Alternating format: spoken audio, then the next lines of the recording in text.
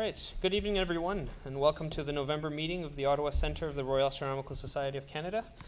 We've got quite a packed program for you tonight, and it'll be a fantastic program. We're going to start with some of our usual stuff, Ottawa skies, from Dave Chisholm. David Lazan will be giving us an update on the Fred Lossing Observatory. There have been some excellent developments there, some improvements to the site. I'll let David talk about that. Paul Cloninger will be taking us through a project that he's named the Dragon Quest, which will be pretty interesting. And then after the break, we've got our guest speaker Ben Gerard, who will be giving us a talk on imaging worlds beyond our solar system. And we'll close off the meeting with observations, the observing challenge, announcements, etc. All right, so these are our new members in this past month. Welcome Susie Junot, Christopher Landry, Marcus Leach, and Carol McCurry.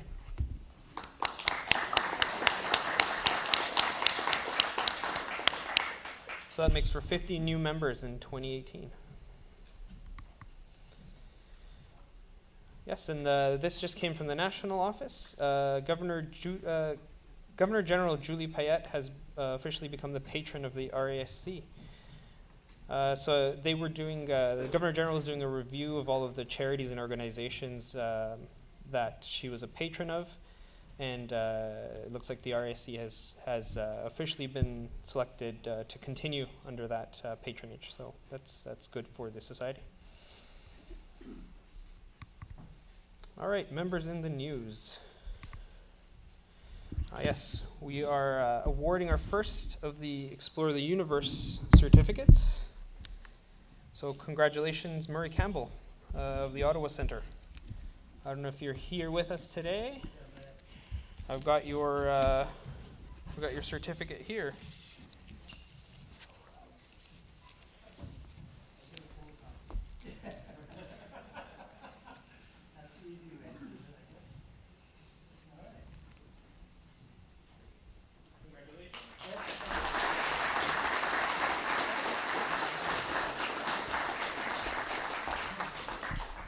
Yeah, so it's great. We finally have a member that's taken the initiative and has gotten himself that certificate. Congratulations again, and I hope we get many more Ottawa Centre members pursuing the various certificates that the Society has. All right, is Mr. Tim Cole in the house? No?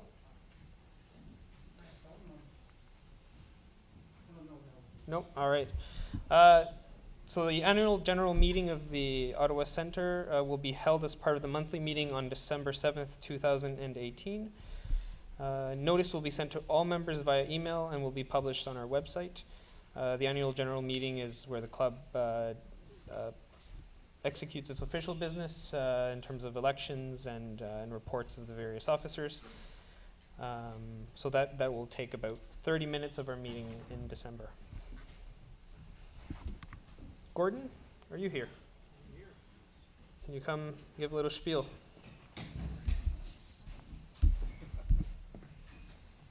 You've got two slides there. Your clicker. Left one? Right. Right one. Yeah, that right. Good evening. Okay, so at the annual general meeting, we have to elect all the members of council, and currently, everybody is acclaimed, but I'm accepting nominations for any of the positions. We do have an opening for meeting chair.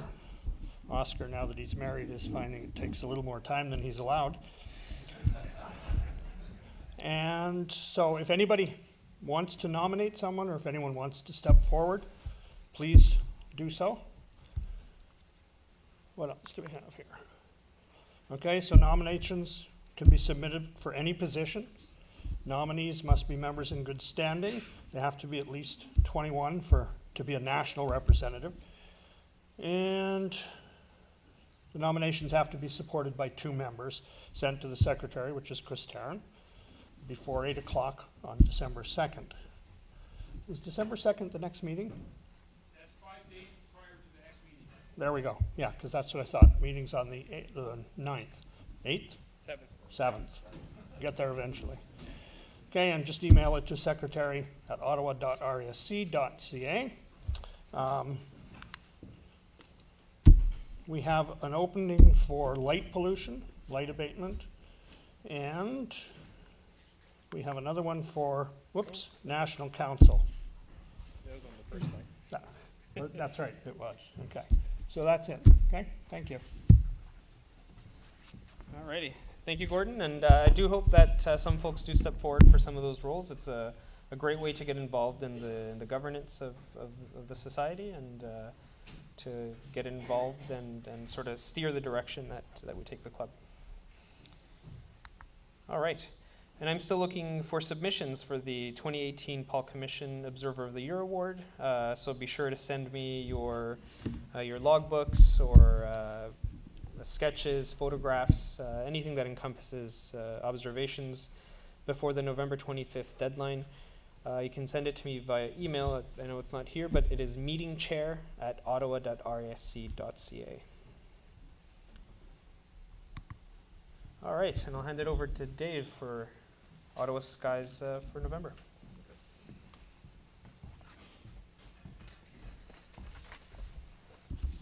I love that this screen is working properly here now. It makes it so much easier. Okay, so let's take a look at the moon phases for November. The full moon is going to be on November the 23rd. As you're all probably aware, we're switching to standard time on the 4th, Sunday. Wish we would stay on standard time. We could get our observing in an hour earlier year-round. We got Comet 46P Wirtanen. This shows where it is from November 15th onwards. It's pretty low in the sky, but something maybe you can try for. We have 2 meteor showers this month. The first one is the Torrids meteor shower. It peaks on Monday night. This is a long-running meteor shower. It only produces, though, 5 to 10 meteors per hour.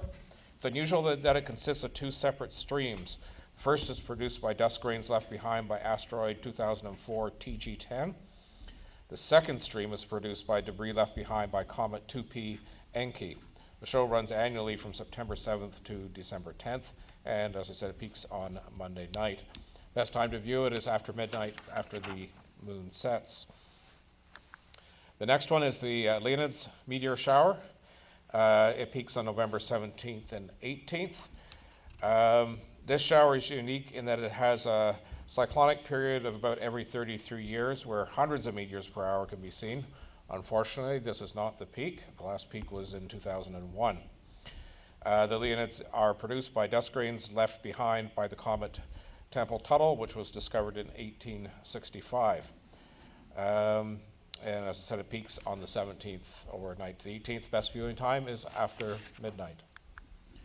Most of the time I say Mercury is not visible. It is this month. Greatest eastern elongation, that means it's the furthest away from the sun on November the 6th, and you can see it just after sunset in the western sky. Venus is visible in the early morning, last half of the month, and Mars is visible in the first part of the evening. Jupiter is not visible.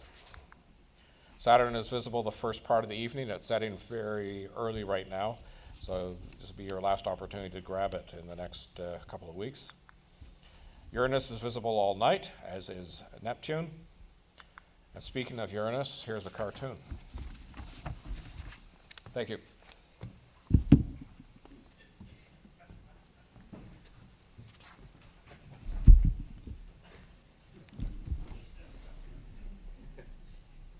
Uranus hurts. All right. Thank you, Dave. And I'll be sure to mark that Leonid shower in the year 2034 in my calendar. All right. David's going to come up and give us an update on the FLO. Another David. This is to all the Daves I know. This is to all the Daves I know. There have been many developments with FLO in the last little while. Many changes, such as we're setting up a new observatory. We're expanding the mound, and trees have been cut. Now, before I begin, there's another little change that people need to know about. The outhouse has been moved, so you'll have to skip to the loo a little bit further this time around. And let's right-click There we go. This is a picture I've shown before, but what I really want you to see is the trees up around here, and there's the outhouse as a reference point, because that's where the new observatory is going to be placed. That's what it looks like right now. So if I can go back, you can see that a little bit of work has been done in this area. And that's what did it. So we had contracted a backhoe operator to come in and to clear this area. Speaking with Gordon and Chris that were there, and Rick that were, actually, was Rick there that? Yes, Rick was there that day. I was contemplating trying to go in there with a chainsaw and clippers. I'd still be there. This guy did this work in maybe 2 hours. You'll see as this progresses just how amazing this new site's going to be. So once again, this is what it looks like, and there's just a few things I wanted to point out to you here. Yes, the loo has been moved from here to here, so just be careful that there is a little tree in the way for privacy's sake.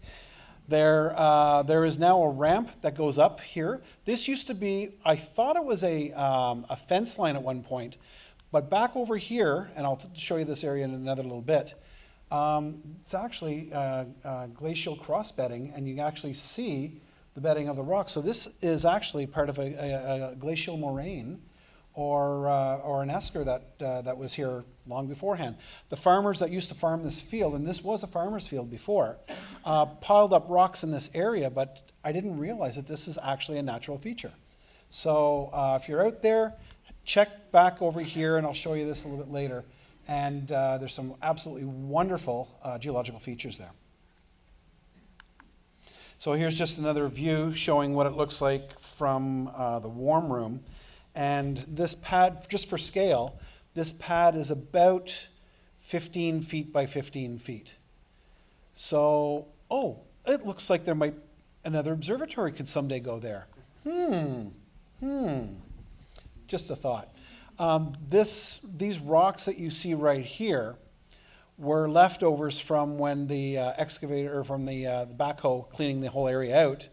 And you should thank Chris Tarrant for basically making that whole thing almost himself. That was a little pet rock project that he had, and did a very good job on that. We will eventually have some type of a guardrail along here so that people don't trip over that in the middle of the night. The Inukshuk. There's an Inukshuk right here too. And I think that someone built that, someone's little daughter. But we're going to keep that to ourselves for now. What's that? It wasn't you. No. Oh, yeah, that's right. We had some visitors come out, and one of the neighbors built a little Inukshuk there. So, very cool. Where our work came in was once this was piled up here, and the backhoe operator did an absolutely incredible job with laying out the stone, was for us to level it out, and all these little branches that were sticking up over here and all around there, they had to be dug up by hand. So there was quite a bit of our physical labor that had to go into this. And one of the reasons why I wanted to show you this shot too is, take a look right through here. That's almost due south from the mound. The trees were right up to here at one point. But we'll show you a better picture of that a little bit later on. So this is not what we're building. This is what we're building. This is very similar to the one that we're going to be building. This is Oscar's observatory. And the reason we were bringing up this picture here is that this deck is the next stage for the observatory. There were literally a song and a dance that we had to go through to get permission to build this. That's a story for another day. It's all good. We have friends in very high places. And this deck is going to be, I think, the next major work project for the observatory. We're hoping to do this sooner than later. We would like to have the observatory up before wintertime. However, with the way winter's coming this year, it's a wait and see thing. So this is a sky pod. It's 2.2 meters in diameter. and a 14-inch Cassegrain is going to be put in there. So that's eventually what's going to be going into that observatory. Can you give us the cost of something like that? $1 million. No, I have no idea. I can't say for sure. The costs are still being compiled, but this is the Sky Shed Observatory that we bought secondhand, and Chris, correct me or Gordon, correct me if I'm wrong. It was 1,500-ish. 1,700 for the dome. It'll be about 1,000 for the deck and about 1,000 for all the backhoe work. So for literally $3,000-ish, we have an observatory class observatory. Like seriously, it's the work that can be done with the 14-inch Schmidt. We can be doing professional work. And the 14-inch was a donation. So life is very, very good. Right now, we're looking at having it on tripod mount, I believe, until we get things sorted out with that. We're still in the planning stages, I believe. Yes? Yes. Tripod mount initially. We can always upgrade it with gear. Yeah. The tripod mount, if I can just go back here, would most likely fit through a hole in here so that the vibrations won't bounce it up and down. So it'll be fairly sturdy. Okay, and this is the sky shed that we're going to be putting in, and here we have this here just for scale. That 2 people and a big scope, cozy. More than that, very cozy. Those extensions are just storage space? Yes, when these areas right on here, and I think there's 3 of them, 3 or 4 of them. 3. Your computer will fit in here with a little slide out shelf. Equipment can be stored over here and over here as well. I've been looking into buying one for myself, and I just can't picture my equipment being in there without the bays. You absolutely need the bays to be doing any work, or you're going to be trugging stuff all over the place. With the scope that's coming in, right now there's no power going to it right now. So a battery will have to be kept in the warm room and then brought out to run your equipment. Ideally, what we would like to do, oops, I don't know what happened there. There we go. Ideally, what I'd like to see happen is conduit run out there with power. We're still at the looking at it stage. Okay. The loo has been moved, so yes, you will have to skip to the loo a little bit further. And just with the outhouse, we will be fitting in a tank for it. Right now, there's a hole, and we will be filling that with, replacing that with a tank. The mound. This is the second thing that we were looking at doing this day. The mound, for those that don't know, actually, if you take a look at the screen, that's about the actual size of the mound. We wanted to increase that because we're really trying to encourage people going out and using the observatory. So we've actually increased the mound by about 3 times. And it was literally a work of art watching our contractor here with the backhoe. You couldn't have even done it that neatly with a shovel in hand. This guy was absolutely incredible, the way he was just manipulating all the controls, literally just like this, absolutely incredible. And we're waiting for this to settle right now. So when this does settle, we will be putting down some topsoil and seeding that so that it'll just be a natural extension of the mound. These trees over here might accidentally disappear someday, next time the backhoe operator comes in. But anyways, they are a bit of a nuisance when looking at the southwestern sky. They will be moved. And since I've got this picture up here, the trees over here, a lot of them have already been removed. I haven't been out there since they were supposed to come in the second time. But this is phase 1. Hopefully this will be phase 2. Way back here, and you can't see it from this picture, there's a butternut tree. Does anyone know the problem with having a butternut tree there? It's a threatened species. So it will never be moved. And that's fine. It's low enough that it's not causing us a huge problem. Matter of fact, I was the one who pointed it out to the MVCA saying that this really can't be cut down. So once again, the guy was just simply building up the mound. And this picture right here shows where the trees used to be, right along in here. The tape here is just simply showing the trees that still need to be cut. A lot of these trees in here will be cut eventually, or they might be already.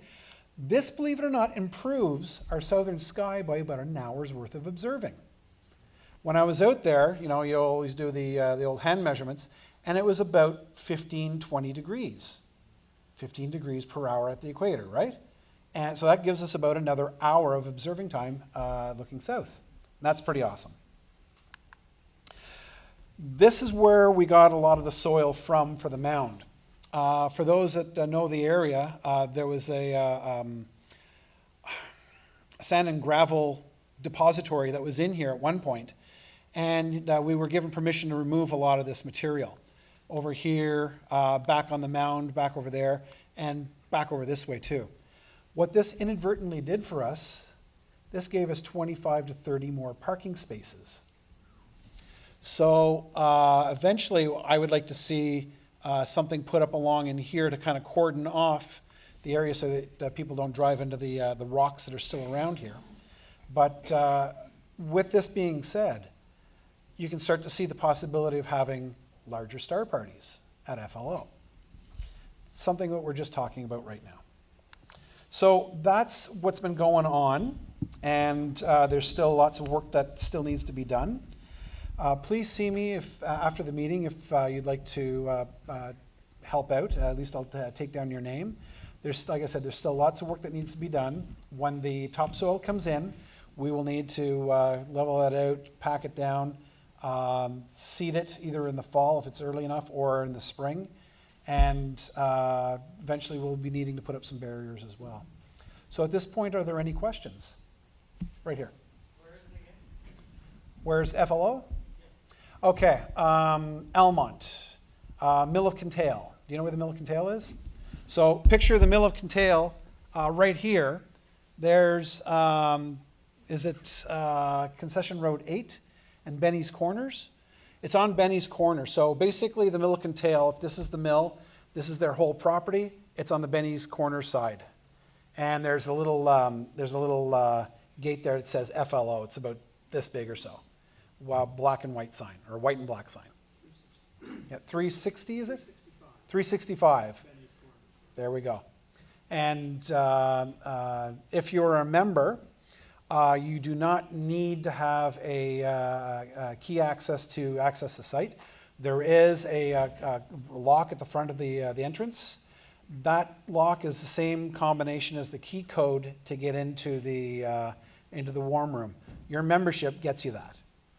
The observatory, that's a separate issue because there's some other equipment there that you absolutely need training on, and there's some equipment there that eventually needs to be replaced, so we'll be charging $25 per year for use of the observatory part. The warm room, you've got that as part of your annual fees. Okay? Question up here? Yeah, there seems to be an awful lot of fairly tall trees all around.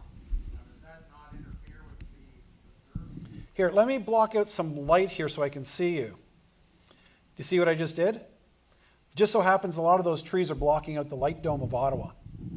So actually we asked them not to remove those trees.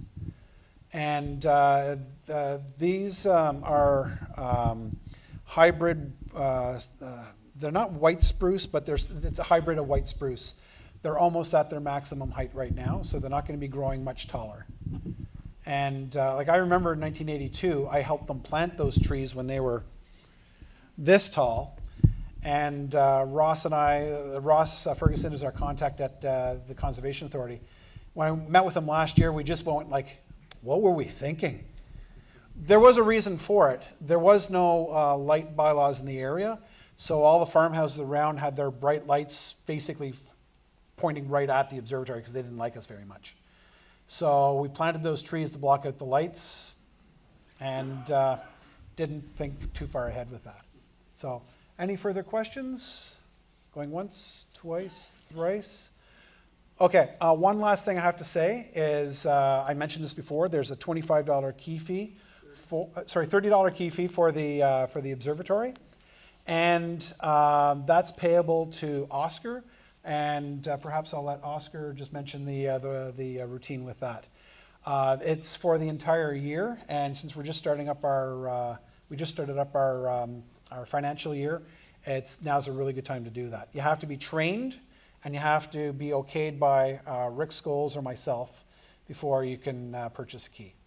So, thank you very much. If there's any questions, you can see me after the meeting. Thank you. Thank you, Dave, for that update. Yeah, so the key fees are going to be they're prorated this year, just because we're trying to line it up with the club's fiscal year. So it's $25 this year. Going forward, it'll be $30. You can get cash or a check to myself. Checks can be written to the RASC Ottawa Centre, or you can e-transfer money to us at treasurer@ottawa.rac.ca. All right, thank you again for that update, Dave. All right, Paul is going to talk to us about his Dragon Quest.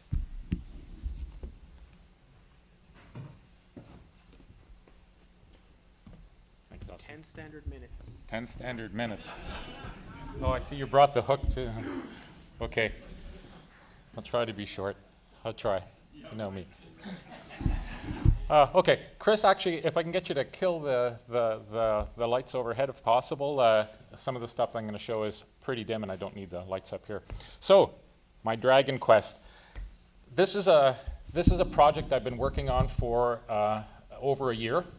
It's a really interesting object, and an earlier observation that I showed you a couple of years ago kind of spurred me on with this, but I'll just dive right into it since I have about 9.5 minutes left. So, Dragon Quest, what's the dragon? The dragon.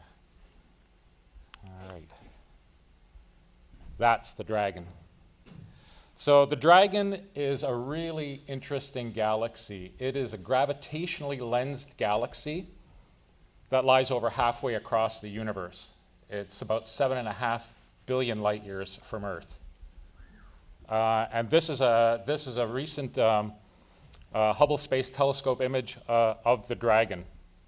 The dragon is very shy. You have to really work at it if you want to observe it. So, needless to say, I was up for the challenge. How does gravitational lensing work? Gravitational lensing is a phenomenon predicted by Einstein's relativity, wherein the presence of any matter actually contorts or bends the shape of the space within which it's lying. It bends the shape of space-time. And so with gravitational lensing, if you have a very massive object at the center, and you're here on Earth observing, anything in that direction will have the shape of space bent slightly around that mass. That mass could be like a black hole, or it can be a very massive structure like a cluster of galaxies. And these gravitationally lensed galaxies that we see, black holes are small objects, so they don't really give us much in the way of looking at gravitational lensing phenomenon. We have to rely on very massive galaxy clusters to do that.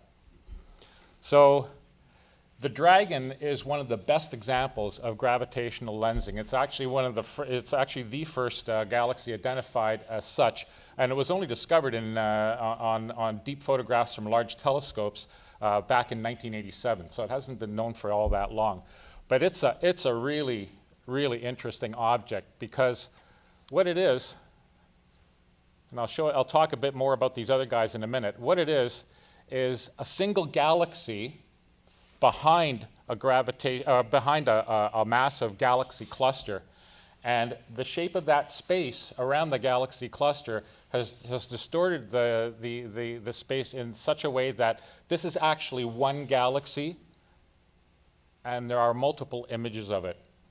So if you're wondering how that works, picture like a funhouse mirror, or looking through a light through the stem of a glass or something like that.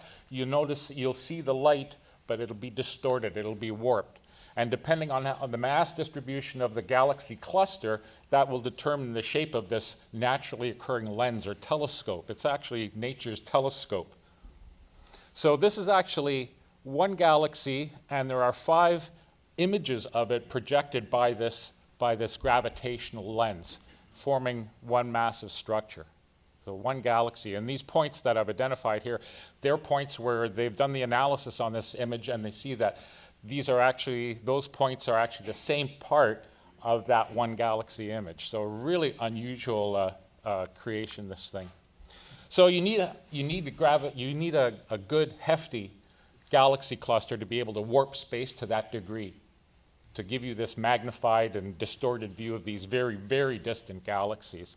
And these galaxy clusters are pretty common in space. They're everywhere. This is a Hubble image of the Centaurus galaxy cluster, about 170 million light years distance. And in the past, over the last number of years, I've shown you some of the galaxy clusters that I photographed. As I say, they come at various different distances. The Hercules cluster at 500 million light years out, and the Corona Borealis galaxy cluster at 1 billion light years from Earth. So these are very distant objects. And together, these galaxy clusters and the dark matter that envelops them all form this web of galaxies that permeates our universe. It's really kind of the large-scale structure of our universe, is these strands of galaxies with knots of these galaxy clusters at various points. That's a 3-dimensional representation of what our universe looks like on that scale.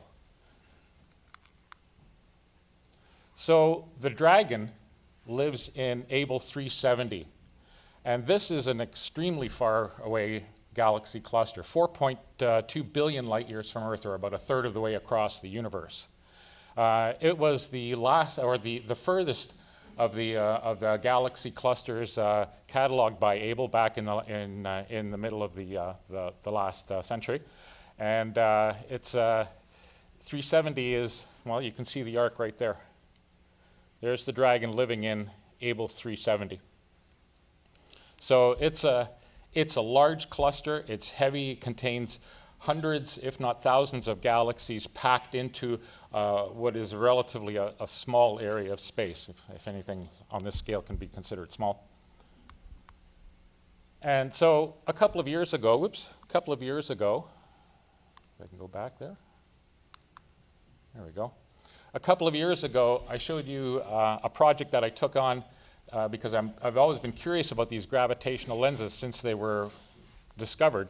A couple of years ago, I showed you a picture of Able 2218. This is not my picture. This is obviously Hubble.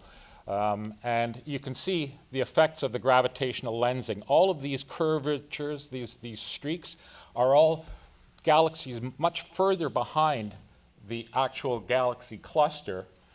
But their images are, their light is being refocused, repositioned, so it's magnified, but it's distorted, and it produces these rings, these arcs of distorted light. But very, very distant. Those galaxies, we can see them in images like this, but if you took away that galaxy cluster, they would be too far for even the Hubble to image. They would be extremely faint. This is, as I say, this is nature's telescope.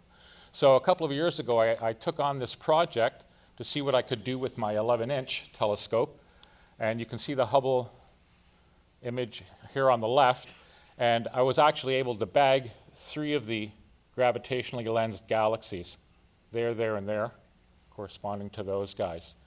Because I really want to see what I could do with the equipment that I have under the skies that we have. And as you know, especially in the last month, they haven't been all that great. But even when they are good, the seeing is certainly not conducive to doing really high-res stuff most of the time. We have the jet stream over us a lot of the time, and it just mucks up the sky. Anyway, it took me, I had to do an 11-hour exposure to get those arcs. And I was pretty happy with that. But never being satisfied, I thought, okay, so what else can I look? I want to find out what the limit of my equipment really is. And I found with 11 hours, I could get these arcs, but I could also go deeper because you could see there are some very faint galaxies. and just to give you an idea, these galaxies, like these two guys here, they're 18th and 19th magnitude galaxies. They're not very bright at all. So Able 307, or 370, sorry, I got that wrong, provided a really unique challenge, because here's Able 2218, the one that I imaged a couple of years ago, and it's 2.3 billion light years from Earth. The galaxies that I was able to image are much, much farther away. You can see these distances. They're well over halfway across the universe, 3/4 of the way across, and no chance I'd ever see these without the gravitational lensing provided by this galaxy cluster. On the other hand, this galaxy cluster is twice as far away, which means that if the galaxies are comparable in size and brightness, now you're looking at galaxies that are only a quarter as bright, or about a magnitude and a half dimmer. This is a real challenge, because right now, with that type of dimness, you're looking at galaxies that are just above our noise floor, the noise floor being your instrument noise, plus, more significantly, the brightness of the background sky. So I'm fortunate I live in under a pretty dark sky when we have clear nights, and so I can typically get down to 21.6, 21.7 when I'm lucky on the magnitude scale. So it's pretty dark, but these galaxies are just above that noise floor. So in terms of the Dragon, oops, go back there. So in terms of the Dragon, what we've got is this galaxy cluster at 4.3 billion light years. The Dragon itself is almost twice as far, at 7.5 billion light years from Earth. So to try to image this thing, well, this is where it is. This lives in the throat of Cetus, a dragon living in the throat of a sea monster. Interesting. So I'll zoom in a little bit, because this is a really kind of a remote corner of the universe. Saw the area there. So this is a wider field view, and you can see this is not a very distinctive part of the sky. There's really not much in this other than a few bright stars in Cetus. We've got M77 not too far away from the target. So to see, or to try to see the Able cluster, we've got to zoom in even tighter to that port. And there it is. So this is my image of the Able galaxy cluster. And to get this image, I had to image 25 hours. So it's a 25-hour exposure comprised of 100 different frames that I had to stack. And through some digital magic here, I can provide you with a kind of a unique observation of this, because I can also subtract the stars. All the stars that you see here, they're all foreground stars in our own Milky Way. I've got to look through what's left of our Milky Way out towards the edge here, so I can see what's in deep space. But I can subtract those stars and give you an idea of what the actual cluster looks like a third of the way across the universe. So that's the Able cluster itself, and everything you see here, every point of light here is a galaxy. There's no stars left in this image. So this is very, very distant. And as I say, these galaxies are just above the noise floor for my particular conditions and equipment. These three bright objects here are also galaxies. I'm not sure if they're part of the actual Able cluster. They're certainly foreground to us. They're much closer. Well, they're certainly closer than the farther ones. So they may just be foreground in the same kind of line of sight. I'm not sure about that. I couldn't find the data on that. But that is the Able cluster. Now I'm going to zoom in a little bit more, because I want to show you a comparison of something. We'll just zoom in a little bit more. So there's my image of it, and you can see I actually did catch the Dragon. There's the Dragon there.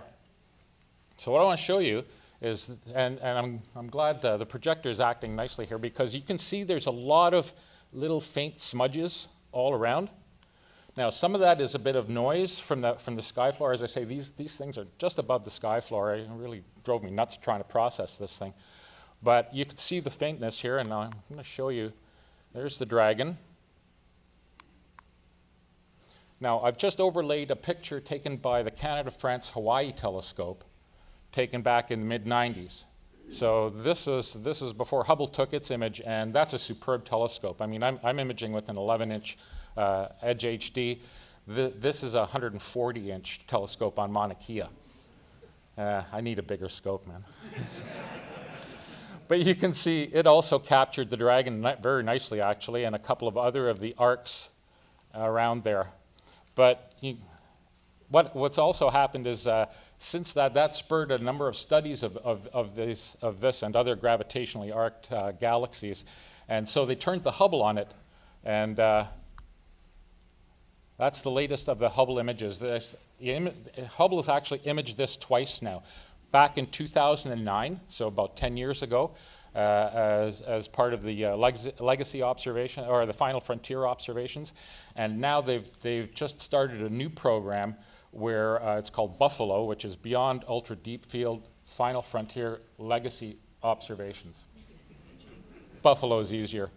But what they've dedicated as part of this program is 100 orbits of the scope, 150 hours of imaging to image 6 of these gravitationally lensing galaxy clusters. And Able 370 is the first one of the target. They just finished. This image is just from about a month and a half ago. I didn't find the data for this, but its previous image was a 6-hour exposure. So it's not taking quick snaps of this either. These galaxies are a long, long way out, and they're pretty faint. They're pretty faint. But so you can see here, there's a lot of small galaxies here, and I'm going to flip this back and forth a few times. And you can see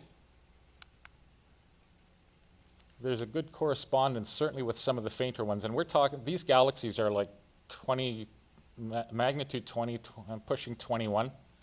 Really, really faint stuff. Whoops. There we go. So, yeah, I was successful with that, and I think I've discovered the limits of my equipment, certainly pushing even deeper exposures there. These galaxies they wouldn't get much more traction on that because, as I say, they're just above the noise floor. I could only use images that I got on the best nights to capture this, and certainly my telescope isn't in orbit. But you can see there's a lot of cool stuff here. But I'm going to close off with something I wanted to show you. They did this image with the Hubble of this galaxy cluster. As I say, I just finished this about a month and a half ago. And that picture there, I used this for scale to show the same scale as the image I was capturing.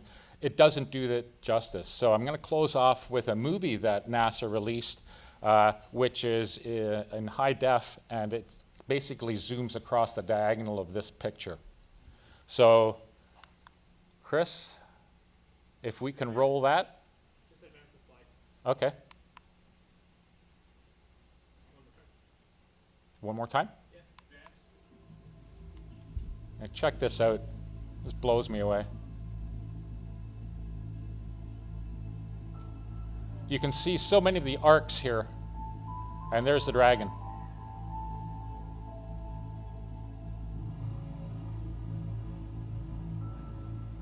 So all those arcs are much more distant galaxies like the dragon, their light being magnified and also distorted by the sheer gravitational mass of this galaxy cluster.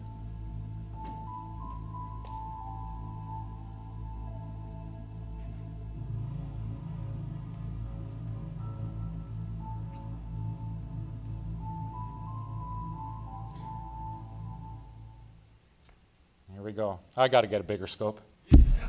Thank you very much.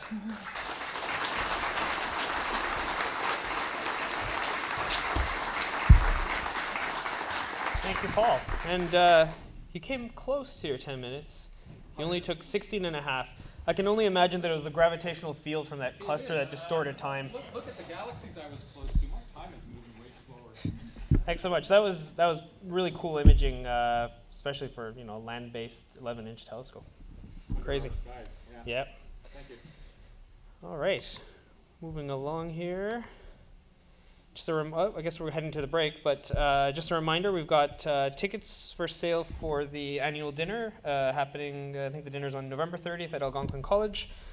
We're having Professor Jan Kami giving us a talk there. Mike, can you remind me what the talk is about? Search for life elsewhere. Search for life elsewhere. Interesting topic. I can sell you tickets. We accept cash, credit, or debit now. We're also selling our 2019 Observers calendars, $16 for one, $30 for two, or $15 for any above one. Same deal, credit, cash, or debit. All right, so we'll go to the break. It's 8:15 here, so we'll take a 15-minute break. We'll have door prize tickets. If I can get a victim there to hand out the door prize tickets. And we'll see you back after the break.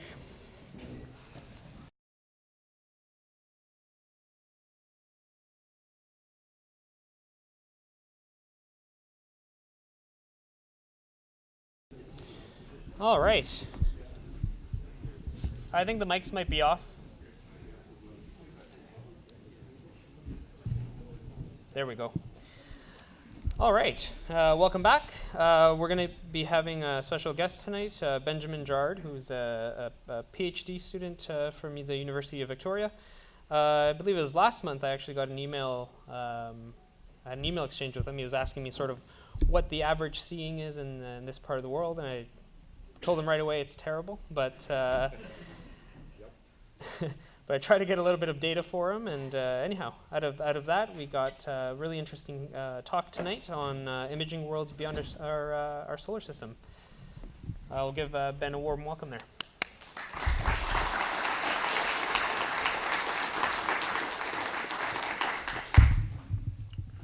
Yeah, thanks very much. Can everyone hear me okay? Speak a little closer to the microphone. Yeah, so this seemed like a pretty good opportunity. Like Oscar said, I'm a... Yeah, I don't know if I speak louder, is this better? Yeah, all right. Yeah. So yeah, I'm a PhD student at UVic. As part of my program, I do a 4-month internship at a company in industry. So I'm spending the fall here working at Honeywell Aerospace. It used to be called ComDev. The smaller Honeywell, but they do a lot of projects with astronomy telescopes and astronomy-related things. So maybe, I think somebody told me that Alan Scott maybe used to be part of RASC or involved. Still is, great. Yeah, this seemed like a pretty good opportunity. So I'm going to talk about my PhD research on looking at other worlds. So here's an image of other worlds beyond our solar system. These are 4 massive exoplanets or extrasolar planets. They're all about 5 to 8 times the mass of Jupiter, so more massive than anything in our own solar system.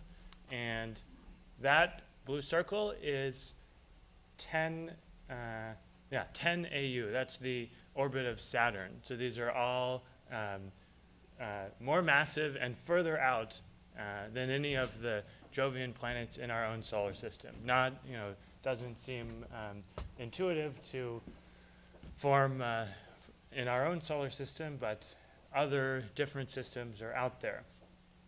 But this is a real image. This is not an animation or an artist's rendering. These are light from real planets. And so apart from just making pretty pictures, we can also do some very interesting science with these images. So here's another planet. They're all labeled a lowercase letter after the name of the star. So the star is 51 Eridani, and this is 51 Eridani b. So you can see the planet there. With the light from the planet separated from the light from the star, you can put that light into a spectrograph. So now, all of these images on the left are different wavelengths or colors of light. These are the different wavelengths. The movie is going through each wavelength here. And the planet, which is right here, gets brighter and dimmer as a function of wavelength or color of light. You can see the corresponding brightness that matches with the frame of the movie. So this is kind of interesting. Why would it do that? What is causing the planet to get brighter and dimmer like that? So here's where that movie started, and here's where the movie ended. This is the brightness of the planet. This, overlaid, is the brightness of Jupiter on those same wavelengths or colors of light. And interestingly enough, there's this dip right around 1.6 or 1.7 microns that we know in Jupiter, because we've sent probes there, is a result of methane absorption in the atmosphere. There are specific bands where methane absorbs a lot of light. And so even though we can't send probes to these other planets much further away, we can then infer that these other planets are in some way like Jupiter. They have methane in their atmospheres. So that's pretty unique. But there aren't a lot of these planets. That image that I showed is one of only a few. And if you bear with me until the end of the talk, I'll show a few more. But most of the effort in the field of exoplanet imaging is on how to actually get those images. It's a very technically challenging feat to actually take one of those images, and involves a lot of steps. So that's most of my research is not on the science of spectroscopy of exoplanets, for example, like I showed. It's on the technical development in improving the quality of the images to take those images in the first place. So the main challenge is contrast, which I'll get to, being able to see the planet under the glare of the host star. A first challenge is resolution as well, being able to resolve the planet separate from the host star. And I'll also discuss some of the instruments that I work with and instruments in the future that will potentially be able to see more planets and improve performance better. Okay, so this is an animation of a technique called adaptive optics, where on large telescopes on the ground, we can remove the effect of turbulence in the atmosphere and effectively make it seem as though this ground telescope was in space. So this is zooming in on the back of a 10-meter telescope, the Gemini telescope on Mauna Kea. And we're going to look into one of the instruments on the back of the telescope and see what's going on. How can we cancel atmospheric turbulence, removing that effect, effectively making it a 10-meter space telescope.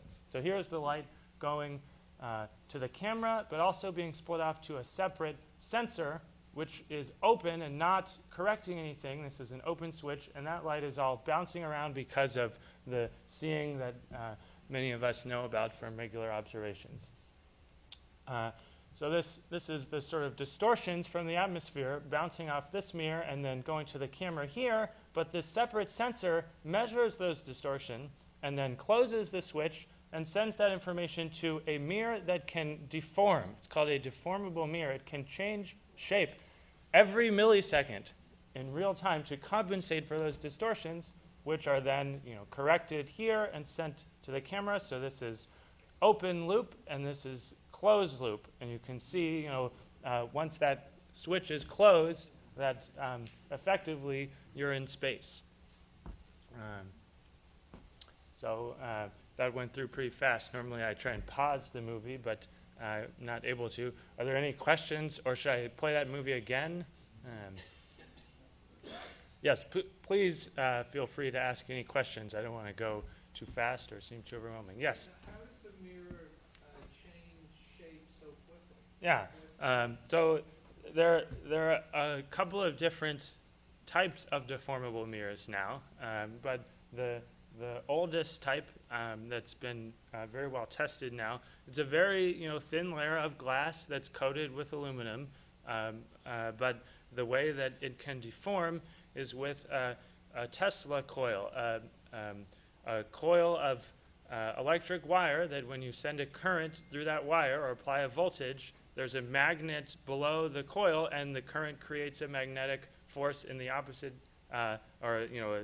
equal magnetic force, so they repel, and that pushes the actuator up, or opposite magnetic force, and they attract it and it pushes it down. So it's using magnets. So there's a bunch of them around. Yes, when adaptive optics first started being used by astronomers in the 1990s, there were maybe about 10 of them on a mirror. Maybe the size of like 10 centimeters or something. Now they're as dense as about 1,000 of them on the size of like a penny. That's just the evolution of the technology. Yes, yeah, back there. How do you know what's the correct shape of the mirror? Yeah. So that's a good question.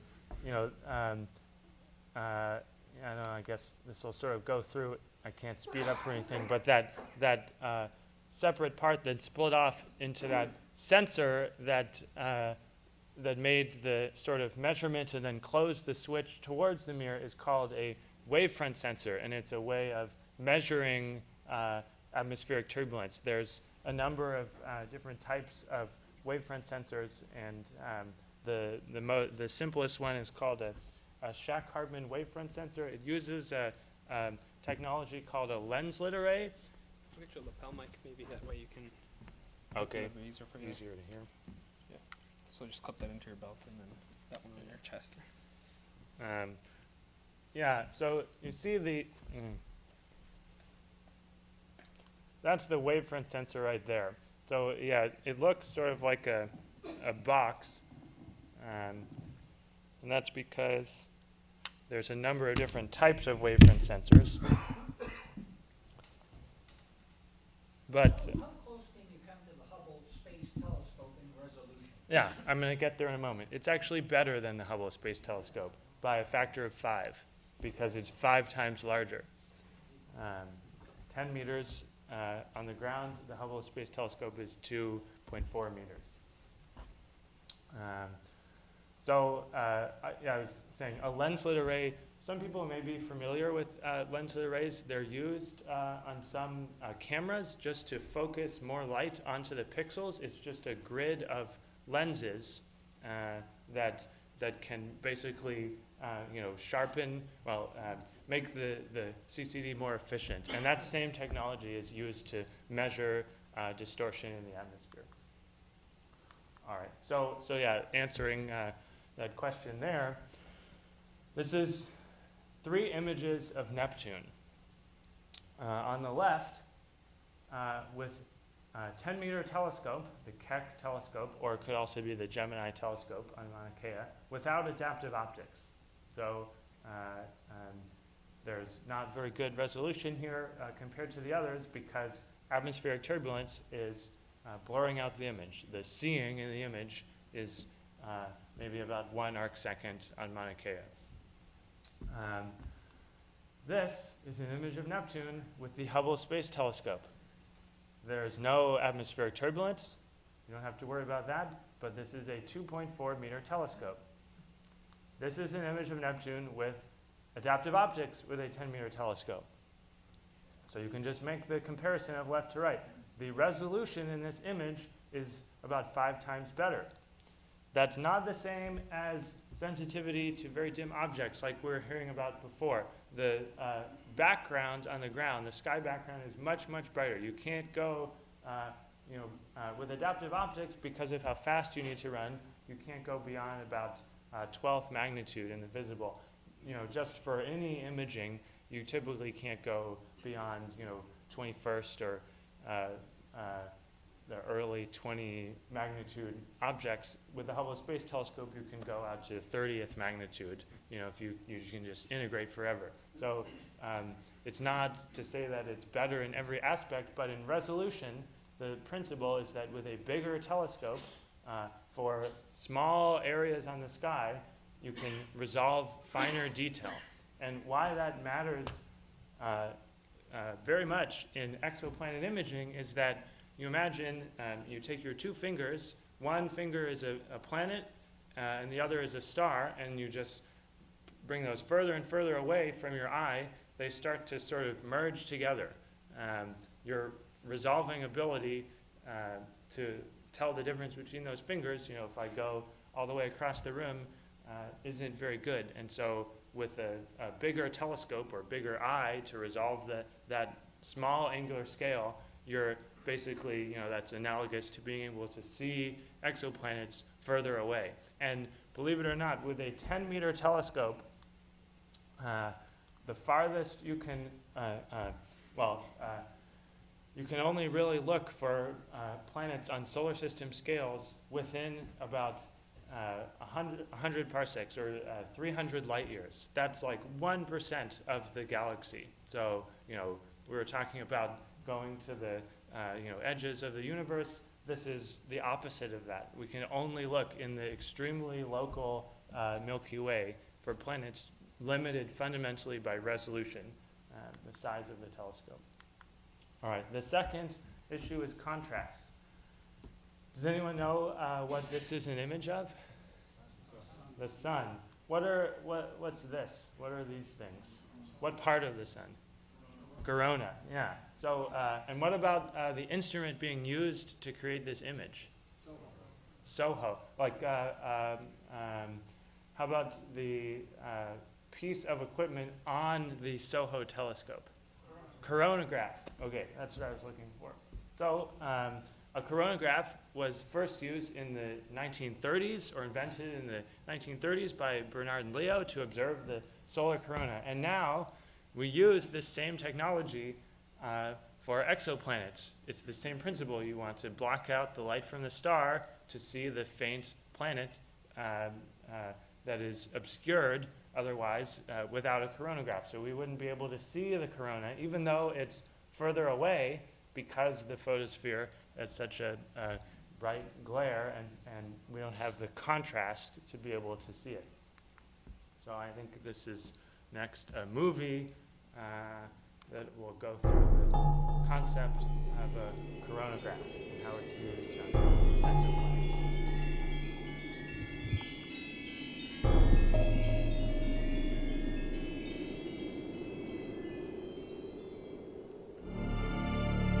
This exoplanet in the distant solar system appears to have features very similar to our own Earth.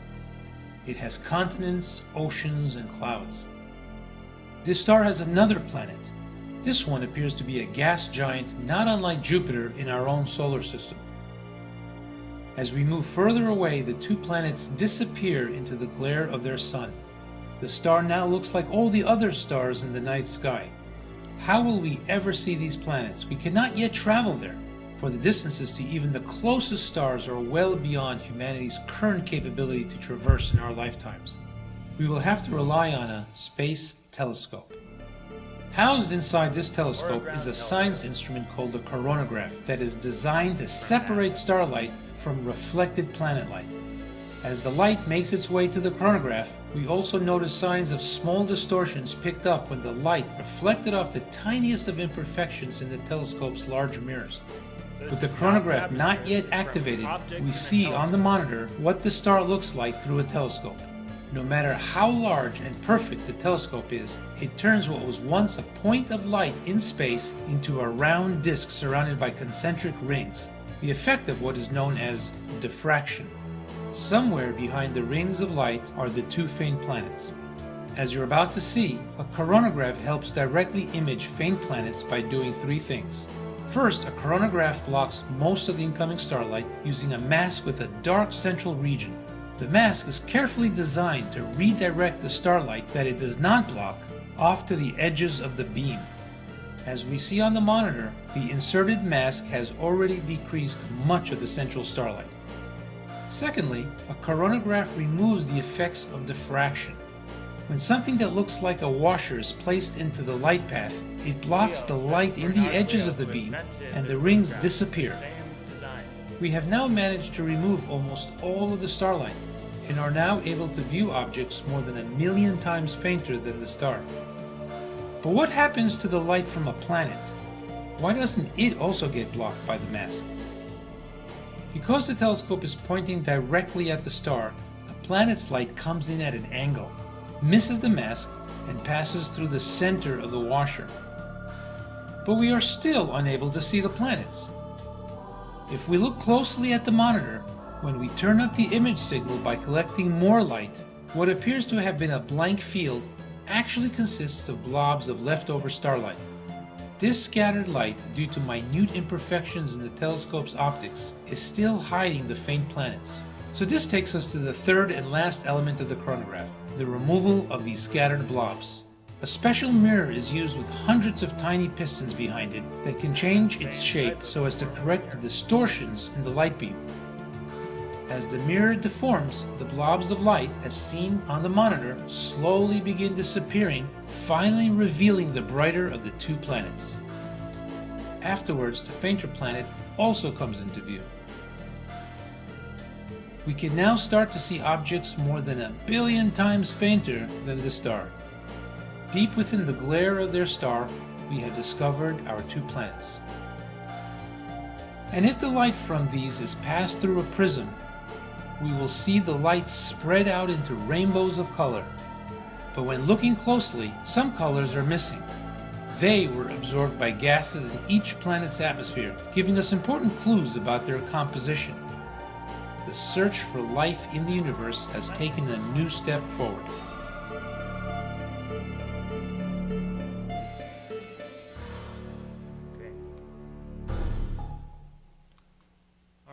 So, a coronagraph. Reviewing the video, there's two main components. This occulting mask to block out the center of the star, but this doesn't remove these diffraction effects that they explain. So there are these concentric rings that go around the star, and if you just block out the center, you don't change those concentric rings.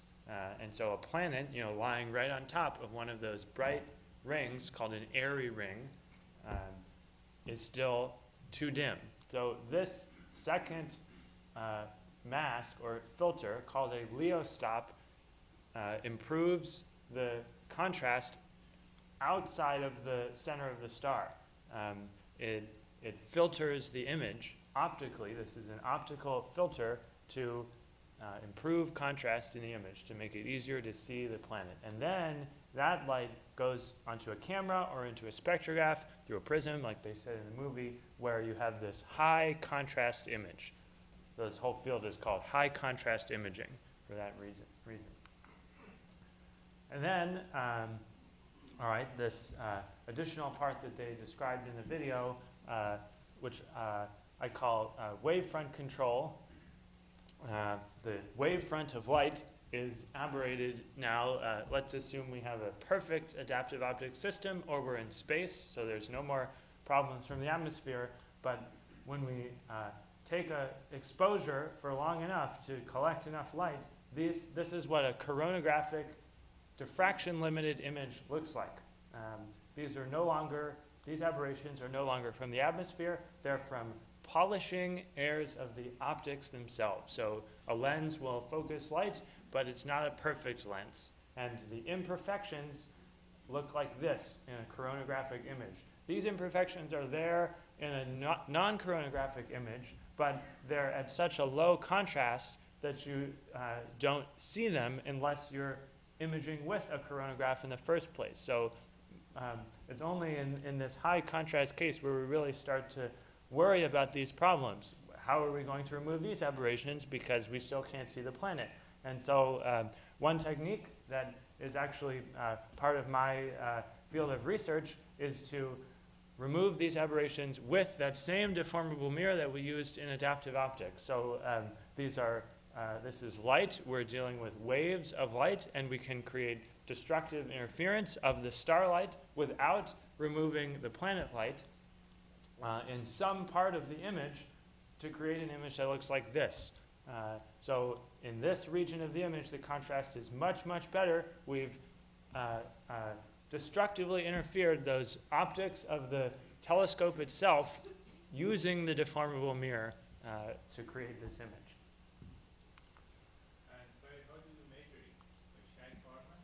Yes. So this is now a different technique because this is a coronagraphic image. So a typical shock carbon wavefront sensor measures in a collimated beam of light. This is on a camera in the focus, in the focal plane. And so this is actually a whole new field of research called focal plane wavefront sensing or focal plane wavefront control. And there's not one single way. A lot of people use various iterative methods. You can imagine, let's say, I have this many actuators on my deformable mirror. I'm just going to poke this one this way and then poke it this way and see if the image gets any better. And sort of iteratively converge until the image gets the best that it can. Yes. A whole field of research that the NASA movie did not go through because they're interested mostly in space telescopes, and this technique is more for ground-based astronomy, is differential imaging. So now there's no a deformable mirror is used for conventional adaptive optics, but instead of using it to subtract static aberration, we can just use an algorithm on our computer, on any laptop computer. So here, this is the coronagraphic image at a single timestamp, and it's rotating because of the way the observing is set up. So it's basically the rotation of Earth. Normally, when you're observing, you have a rotator mount. On an equatorial telescope, it will track in rotation. On an altitude azimuth telescope, you have to have a rotator in the telescope to move the whole field as the Earth rotates. And so this rotator is turned off, and that effect shows the entire telescope optics to rotate. And you can actually, this is HRE 799, that system with 4 planets. You can see in this coronagraphic image at least one of the planets there. You sort of have the contrast, but you can see all this static aberration that's still left over. What's done with this pattern of images is it's used to construct a sort of master calibrated image of all the aberration without the planets. And that calibrated image is subtracted from every one of these images to create every one of these images. It's just a combination of image and then a difference. That's why it's called differential imaging. And then all of these images are combined or stacked over time. So here's the cumulative integration time right here to create this image that you can see, especially close to the coronagraph, is clearly improving with time. So this inner planet here, there's no way you can see that here, and I don't think you can see that here either, but as the integration time increases, you can definitely see it on the right. And this is pretty cool. This just uses a certain observing mode of the telescope. You record the images, and then you just do differences on your laptop computer. You don't need a powerful computer or a fancy deformable mirror to do this. What is that object over there? This one there? Sorry, that's also a planet. Remember the first image that I showed that had 4 massive planets around a single star? This is the same system, HRD 799. The 4th planet, so there's 1, 2, 3, is actually, I think, over here. It's outside of the field of view of this image. All right, so at this point, I'm going to show this very complicated diagram, and I think I've explained all of the components in this diagram. If I showed this at the beginning of the talk, everyone would probably just leave. But now, this is the sort of stepping, progress towards imaging an exoplanet. The first light coming from the telescope, the first step is to do adaptive optics. There are 2 deformable mirrors in this Gemini planet imager. This is the instrument that I work with mostly, and a wavefront sensor that, like I was saying before, is a Shack-Hartman wavefront sensor. So this unit here measures the atmospheric turbulence and corrects for it, effectively creating a 10-meter space telescope for very small spatial scales. All right, so then you can see this light here is split off and goes towards the wavefront sensor, but then once this loop is closed and it's constantly correcting for the turbulence, the corrected light continues downstream into the coronagraph system. The coronagraph system blocks out the center of the star with this occulting mask and has this washer-shaped object called a leostop, or Leo mask, like we saw in the video, that improves diffraction in the image without blocking the light from the planet. This unit in the instrument, the calibration unit, or calibration system, is a separate type of wavefront sensor to measure and subtract the static aberration in the instrument, this imperfections in the polishing of the optics that then sends the information back to these same two deformable mirrors to correct the aberration that way. Differential imaging is not on this diagram because that's all just done on a computer. You don't need any hardware to do that. And lastly is the spectrograph. I haven't explained the integral field spectrograph yet. The short summary is that it's a prism, but early on I showed a bunch of images as a function of wavelength. And so this is actually what a raw image on an integral field spectrograph looks like. Does anyone recognize what object this is? Neptune. This is just like I showed before, but there's some sort of weird pattern throughout the whole images. So if I just zoom in to one part of the image, now you can get a better idea of what this looks like. Every single one of these lines is a spectrum. So what's going on here? A lenslet array, the same piece of technology that is a grid of lenses that splits up all of the light, is placed at focus, and then after that, a prism is placed downstream of this lenslet array to disperse the light in a wavelength direction. So all of the light here is sampled into these finite subapertures or microspectra based on the number of lenses on this lenslet array, and then dispersed because of a prism.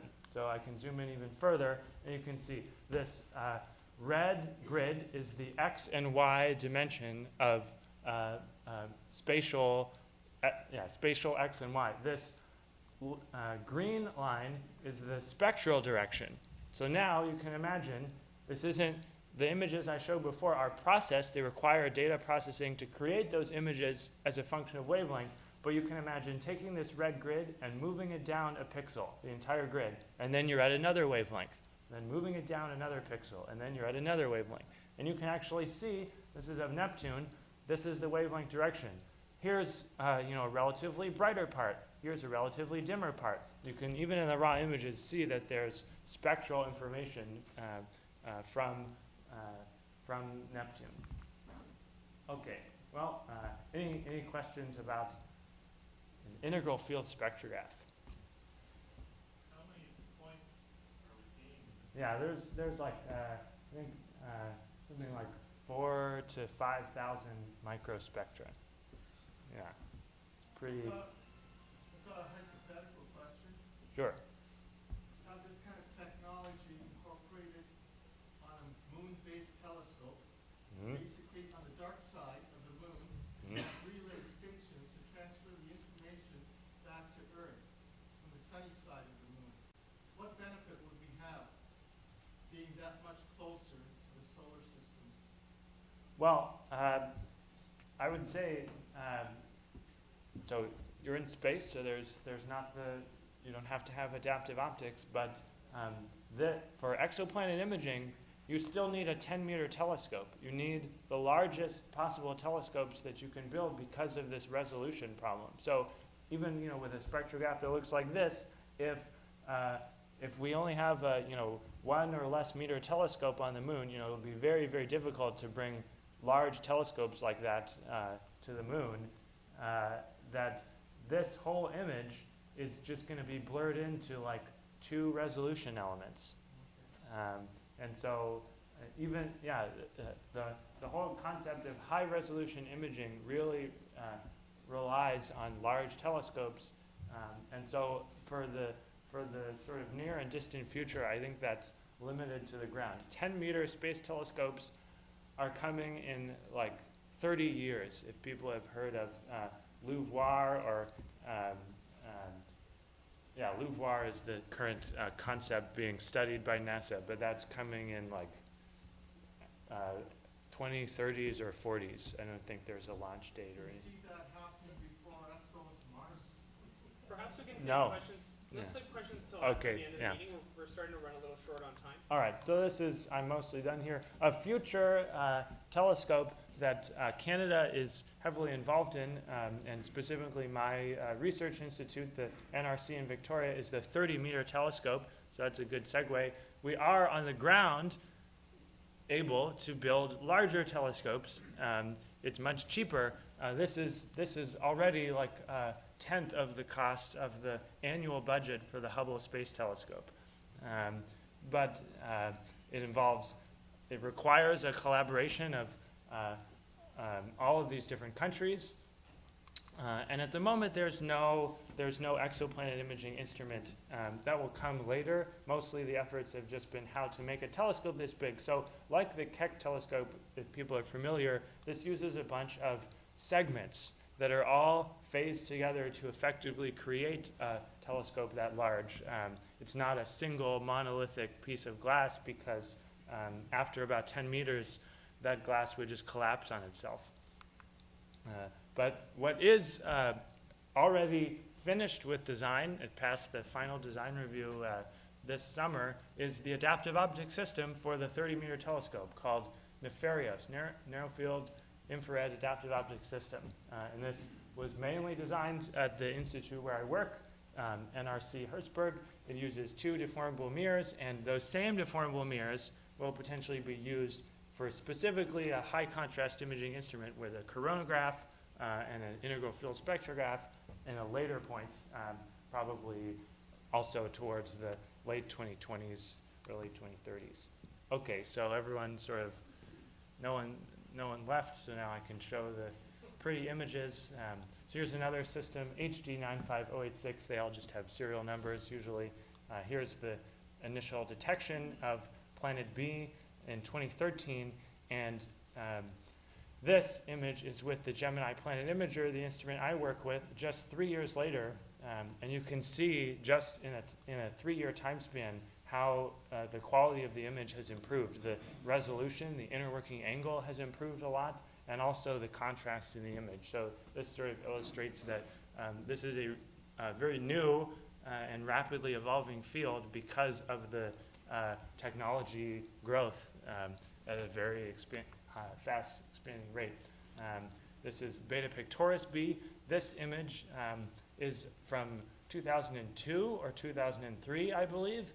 Very old. This was actually the first directly imaged exoplanet, but they thought it was a background star. They didn't think it was a planet, and it subsequently disappeared actually behind the star, and didn't realize it until 2010 when it popped back out on the other side of the star.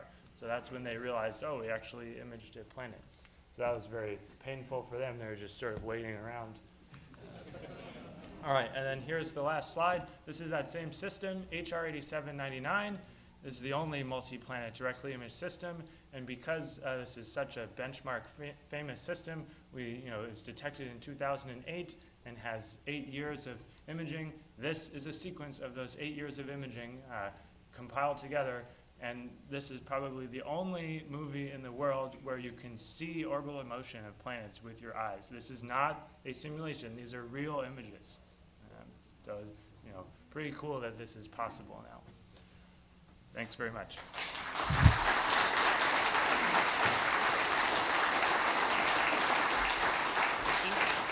So we can take, I can take maybe 2 questions, and then perhaps after the meeting, if Ben's still around, Sure. he'll take a couple more. Yes.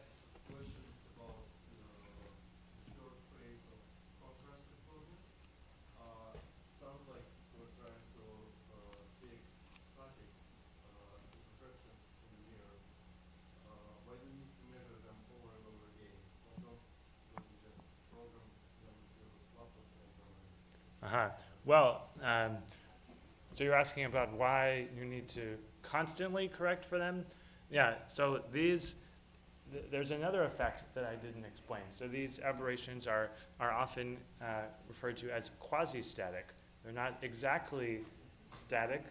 The objects are, they're still there all the time, but because of a change in temperature, for example, and this is an observable effect on the Hubble Space Telescope. The HST actually has a coronagraph. It's not optimized for high contrast imaging, but you can do coronagraphic science. And what you see, for example, on the day and night side of the Earth when the HST is orbiting, is that focus changes by a very small amount that's usually negligible for non-high contrast science, but when you take a coronagraphic image and try and subtract out the static aberration on the beginning of the night orbit, because it was just, it's cooling off from the day side, it's at a different focal length than at the end of the night orbit. And so that's, one main reason why you need to sort of constantly measure the focus in real time. So that's focus, there's all sorts of higher order modes as well. Okay, one last question. Yeah. You said it's the same deformable mirrors that are up for both the atmospheric perturbation and the optics itself. It can be. You can have a different one. There's no reason why you... My question is that, how wouldn't one correction undo the good that was done by the first? Yeah. So that's the nice thing about playing with light. So it's not like adding.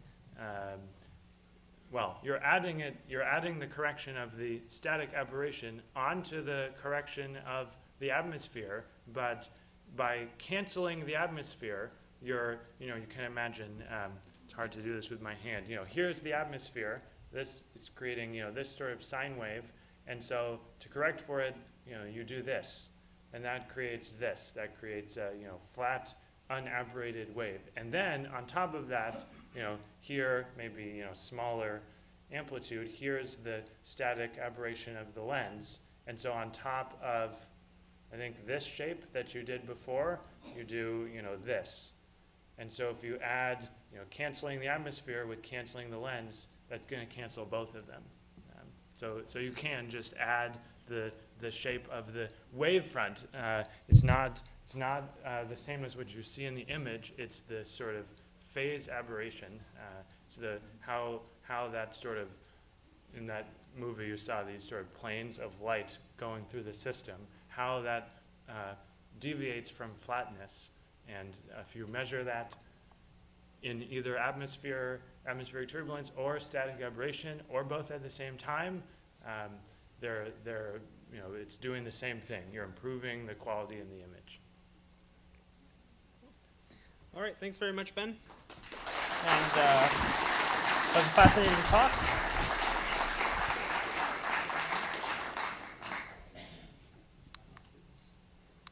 All right, we're going to get to our observation reports here. So if you're up on this list, if you could just please line up to the side. So Jim, you're up first. And the clicker's right here. Clicker's there? Yep. So this is the forward? Yeah, forward, laser, back. Forward, laser, back. All right.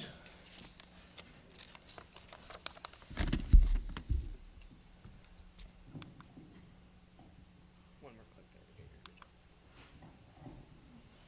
there. Okay. So a couple of months ago, I was at Calabogie, and I used the Malincam exterminator with my Celestron 8 Alt-Az mount to capture M51, which is a spiral galaxy in the constellation Canes Venatici. And as you could see, it's interacting with a dwarf galaxy, which is NGC 5195. Let's see, where is that one? Where is that light again? The laser? The It's at laser. top left. Oh, the laser right there. Okay. All right. Moving right along. Oh, by the way, M51 Another name for M51 is the Whirlpool Galaxy. What was the exposure time, Dick? This was 22 seconds. And the gain on that was 3. All right. So another dark site that I went to at Foymount, I used the same equipment to capture NGC 891, which is an edge-on unbarred spiral galaxy in the constellation Andromeda. And this galaxy is approximately 30 million light years away, and it was discovered by William Herschel in October 6th, 1784, and that must have been a clear night for him. And my last image, this is an image of M16, or the Eagle Nebula, which is in the constellation of Serpents.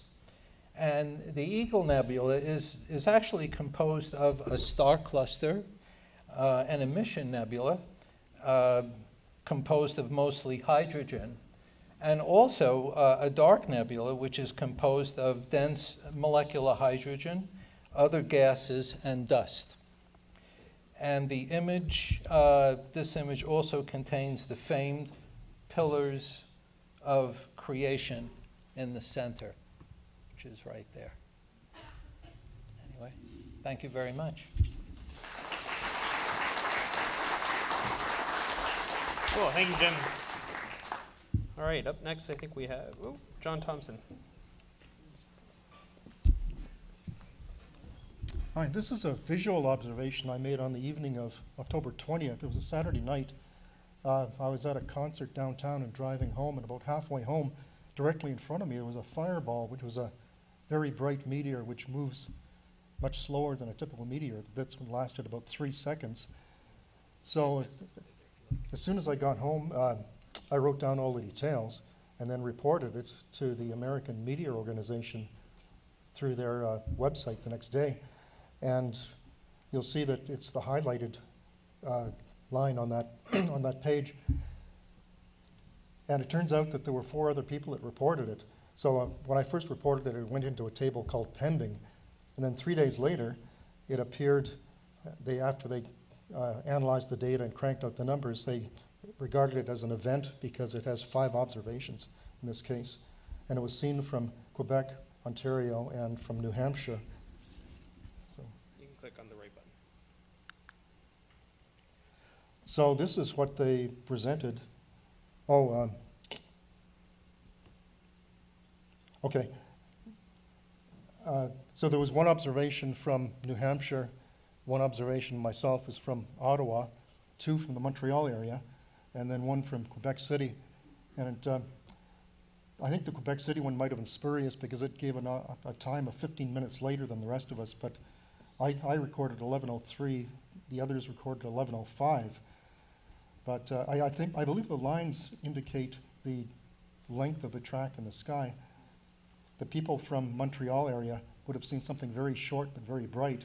What I saw was longer, and then the person in New Hampshire would have seen it as even longer still. But I recorded about 3 seconds after analyzing the data. They called it 3.5 seconds. Those are 3 slides. Oh, there. is there a third one? Yeah, I showed it intermittently Oh. there. You can go back though if you want to show it again. Just give it a second.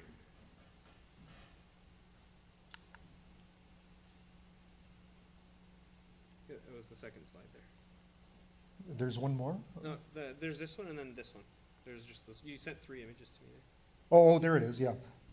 I found out several days later, if I put my mouse cursor over that circle, that little icon at the top left, the KML, it gets a little bit more data, which I've underlined at the bottom.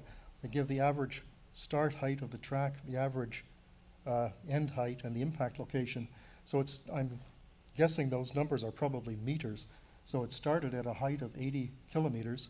It flamed out at height of about 70.2 kilometers.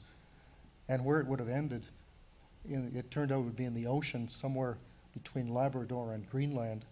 But it was a very shallow track that if you, the length of the track is that blue line.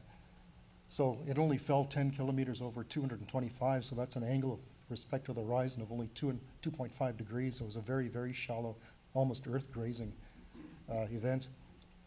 And then there was one more thing I was able to figure out, that there's a table on, if you have the observer's handbook on page 253, if you have the brightness and the velocity, and I was able to obtain that from this information, you can actually estimate the size and mass of the particle.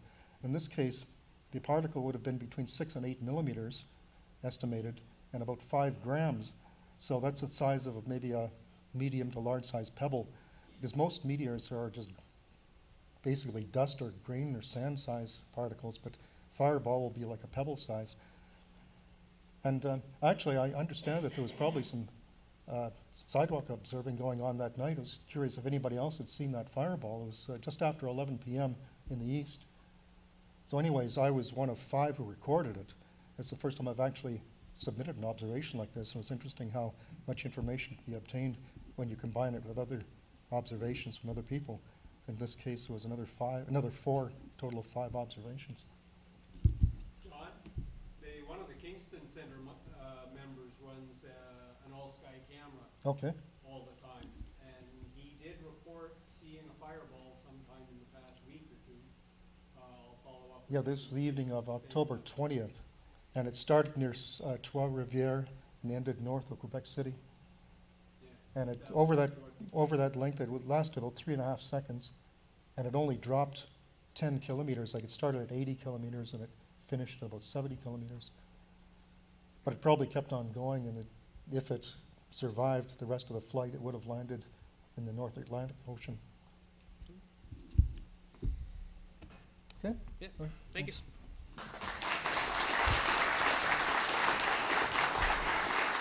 All right, Rick. Just click one more time there.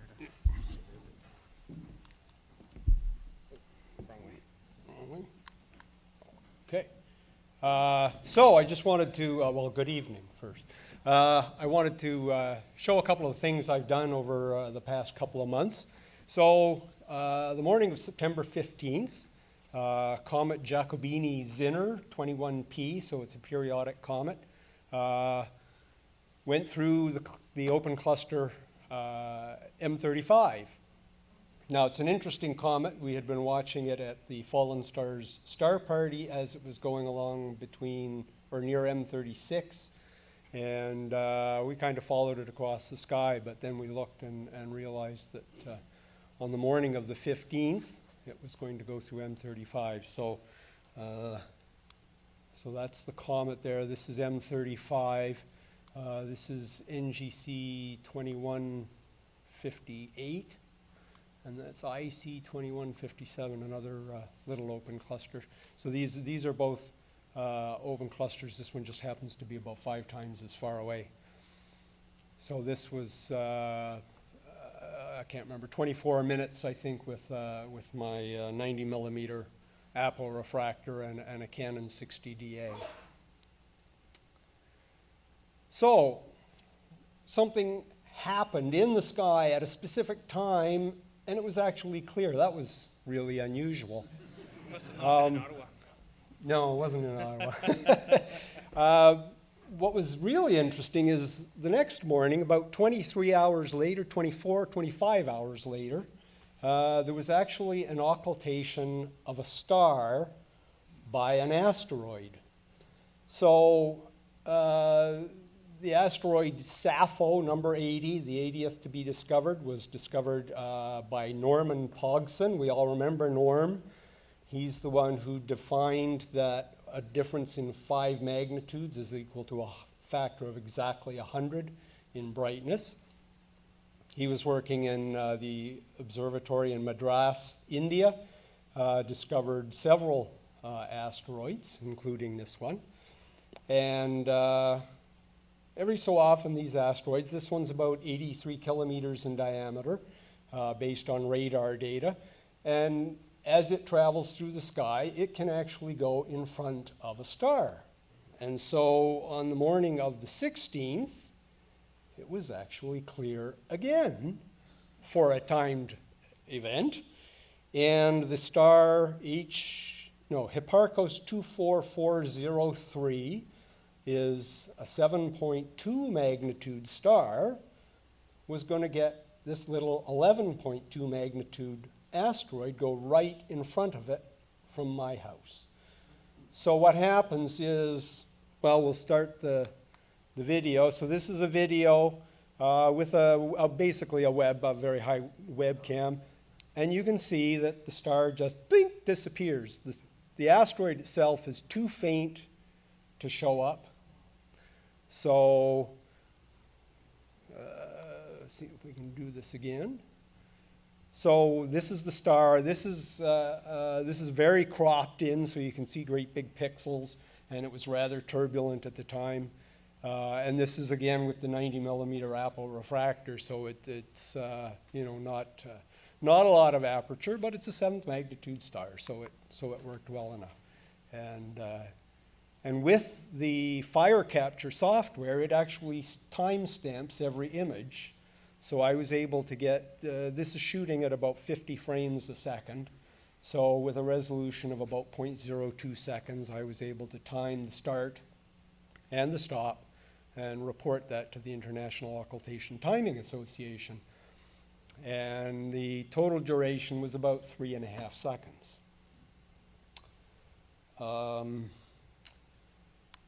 Later in October, normally I do photometry, measuring variable stars, and I rarely take the time away from that to do pretty pictures.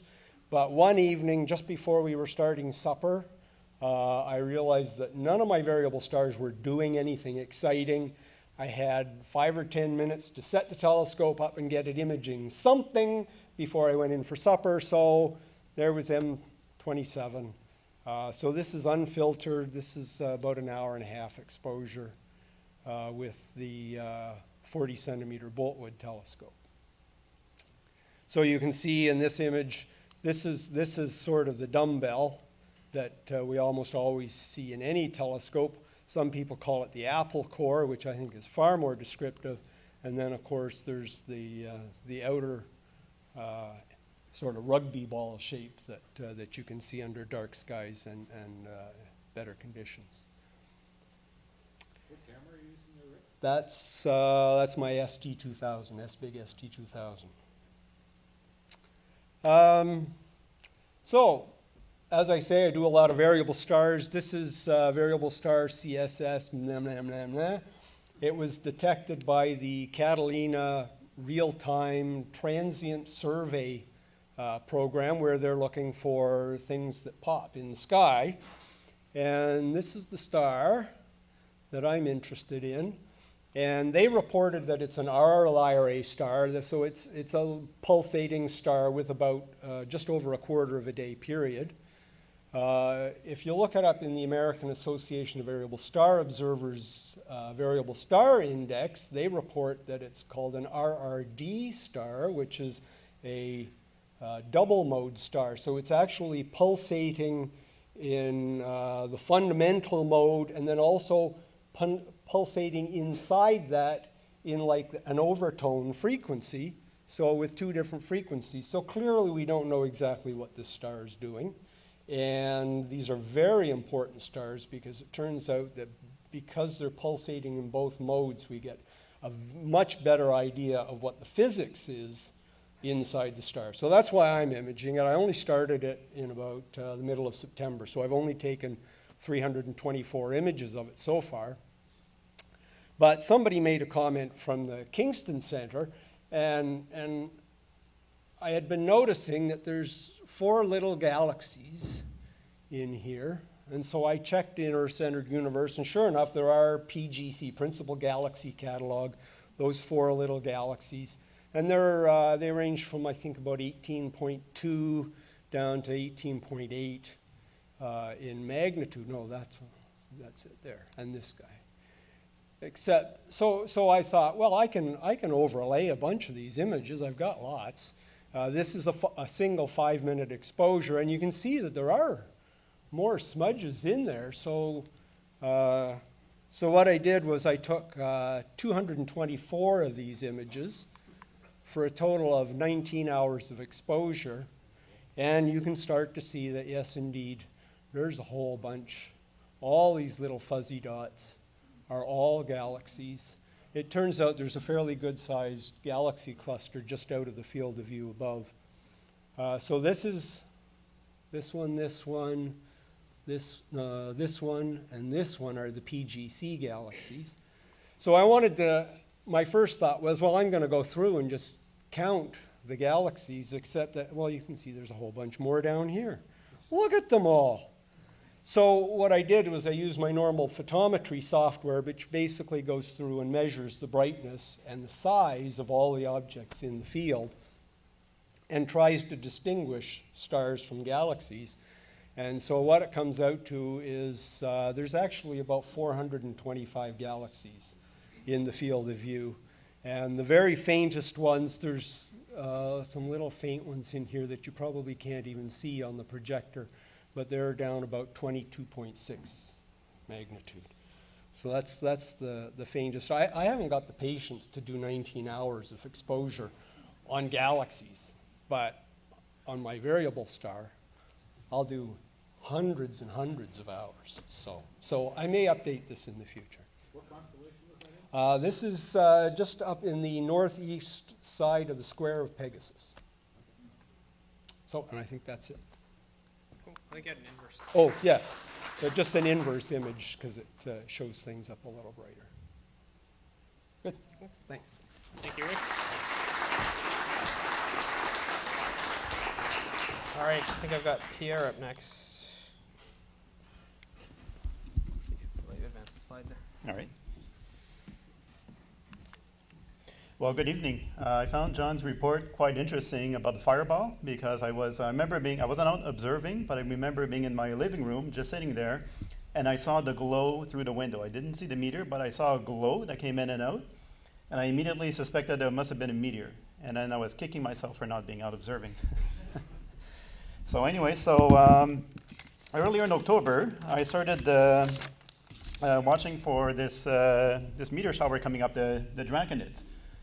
For those of you who know me, I've always been interested in meteor showers. It's my passion, following both the major and the minor meteor showers throughout the year.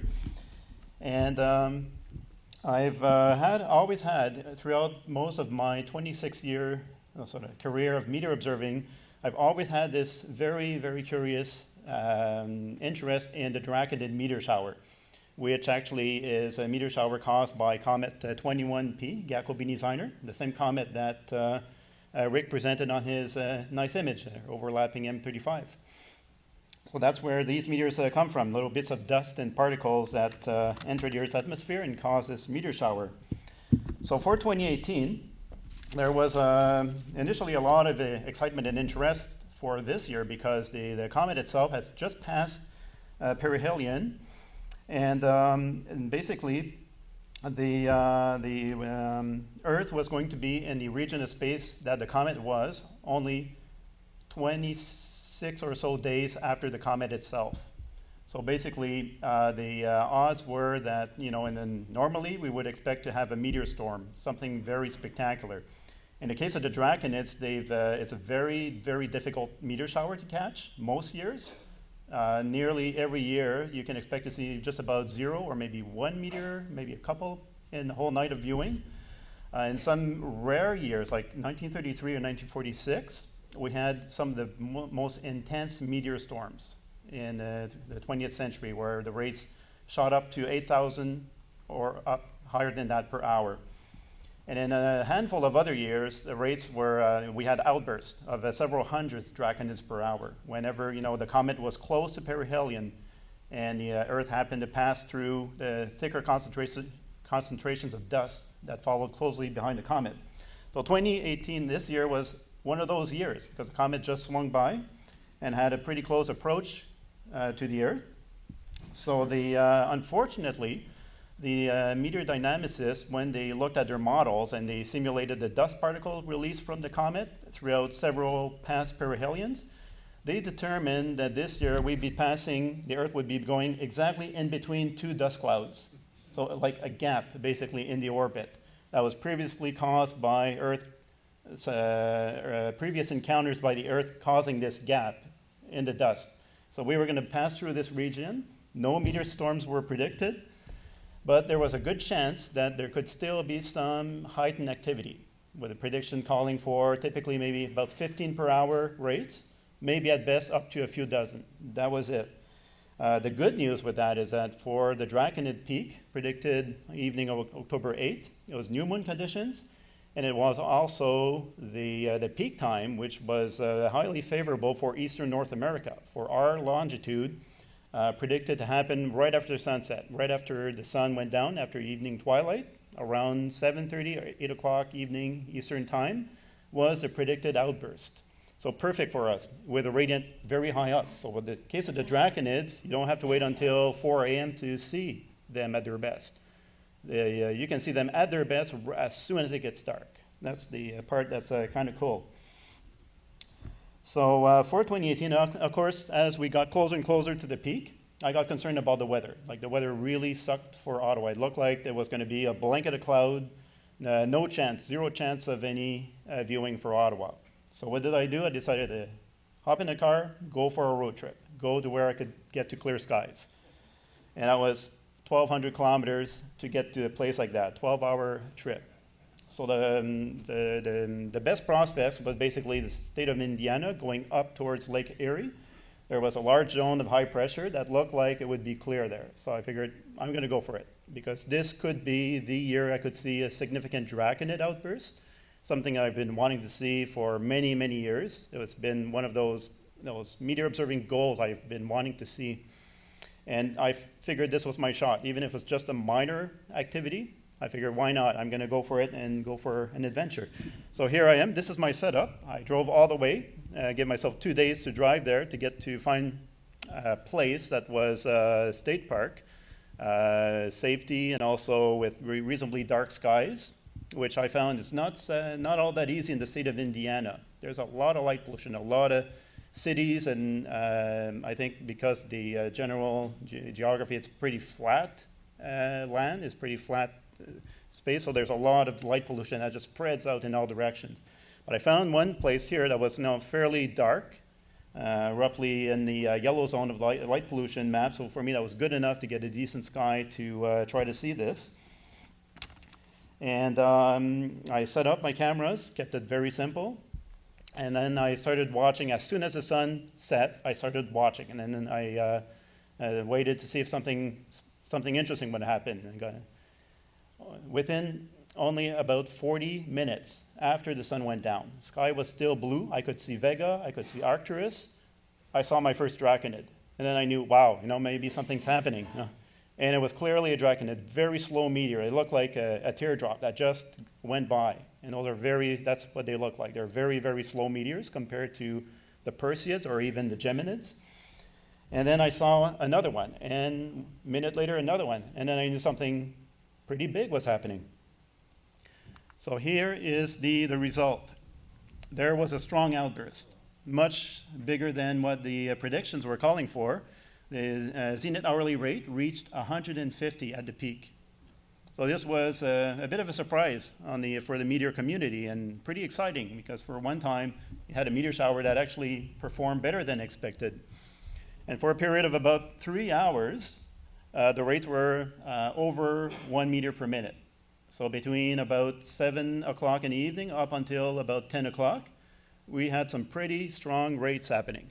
And then after 11 o'clock, near midnight, everything started declining, and then by midnight, it appeared there was basically nothing left. So it was actually a pretty long-lasting outburst compared to previous Draconid outbursts, which typically lasted only between half an hour or an hour at best. This one actually had a pretty long curve from start to end.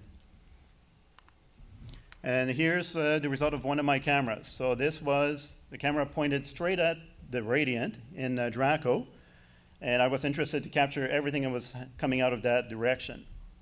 So this is a 35 millimeter lens. It's a composite. So basically I've shot picture after picture, 20-second exposure, not guided, so they were short exposures. And I looked through all 1,500 images and found all the ones with meteors and stacked them, created this composite image for the outburst that occurred. So as you can see, just for a reference, here's the constellations, just to give you a sense of where things are. And for the most part, this outburst, a lot of the draconids were on the faint side. They were very slow. A lot of them happened actually very near the radiant. And as it turned out, there's the traditional radiant is predicted to be about right here, near the head of Draco, but should be down here. For this outburst, the radiant was actually shifted by a few degrees up somewhere around here. So this is one thing that's currently under investigation to see. That means that the meteors came in from a slightly different direction, very slightly different direction in space from the comet. So another possibility is because these meteors are so slow moving at only about 20 kilometers per second, which is considered very slow for a meteor, that possibly the shift of the radiant up towards the zenith by a few degrees was caused by the deceleration of these meteoroids as they they came into the atmosphere. They might have had a slight arc that caused the direction, the angle, to change for the radiant. That's another possibility, but it's currently under investigation, and there's been a lot of Europeans who were successful in catching the draconids, whereas North America, not so much luck. I was one of the few with clear skies. A few people in the Maritimes were able to see the outburst very well. On the next shot, there's a close-up that we're going to zoom into this part just to have a look at the very short meteors, the foreshortened meteors near the radiant, which is about right here. And this is the shortest one right here. I remember seeing it with the eye, and I was like, did I see a meteor? It just looked like a star that came in and out. That was one of them that came almost straight at us, head on. And look how interesting this is. The draconids are known to be very fragile meteoroids. They're fluffs of comet dust, but unusually fragile. So notice they typically get bright very early and they fragment. Sometimes they show little bursts or little flarings in the trails, which is fairly uncommon for slow-moving meteors. Typically would show just a very even in and out path, but these can be very interesting meteors. And although a lot of them were faint, there was also a few bright ones that occurred during the outburst. My second camera was aimed lower in the north. There's the Big Dipper right here, and you can see there's a good 34 meteors in this image composite that was running during the same time between 8 o'clock and midnight. And you see there's a lot of faint meteors all over the sky coming up from the radiant. And this one of the Draconid fireballs. There were not many, but there's the really good one that occurred as the sky was still very bright twilight. And look how cool it looks. The meteor started quite bright over here, and then as it descended, it started getting dimmer, and then there's definitely signs of fragmentation right here. There's several little brightness areas, and let's zoom in, have a better look at it. So this one I didn't see visually because it was kind of behind me over the trees, and I was facing very high up looking towards the radiant, so I never got a chance to see that meteor directly. So that's about it for my presentation.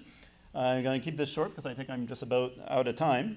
But in the next couple of days, I'm going to post a full report on the Ottawa Astronomy Friends group and also on the OAOG. Have a look. You can read about this adventure, and also I'll post my pictures up so you can have a look. Thank you. All right.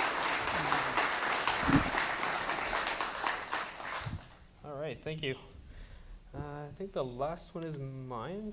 So this is my image of the Sol Nebula.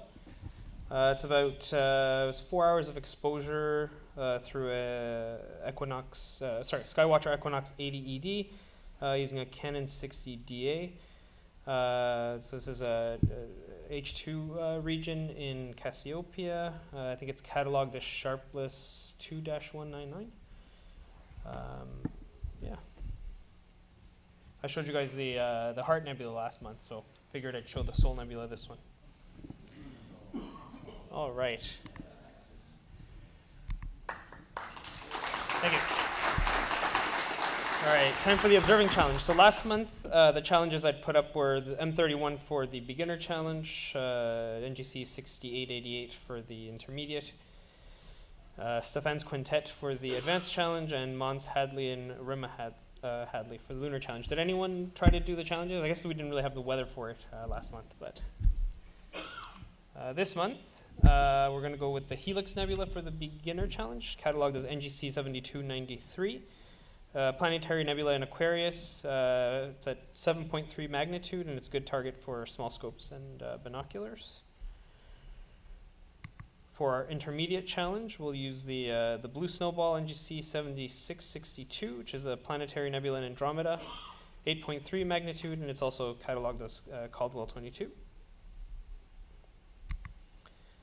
For our advanced challenge, we'll go with the NGC 51 group. It's a group of galaxies in Andromeda, ranging in brightness from 14.1 to 15.4 in magnitude. And it includes NGC 49, 48, and 51. Strange that I ordered it that way, but what can you do? IC 1534, 1535, and 1536. And our lunar challenge will be Plato's craterlets, which are 16 craterlets in the lunar crater of Plato. They range in size between 0.9 and 2.4 kilometers in diameter, and they're best viewed on lunar days 8 and 21.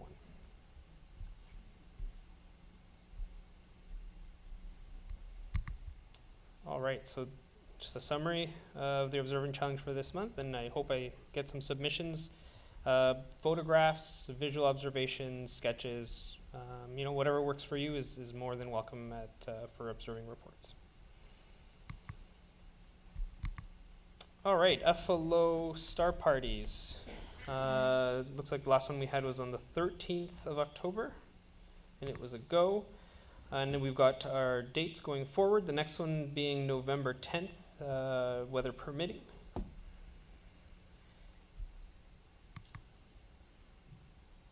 I think we've closed off our free public star party season at the CARP library, but that's due to return in the spring. Oh, I'm wrong, apparently. We have more dates, 9th and 10th of November, with rain dates of the 16th, 17th.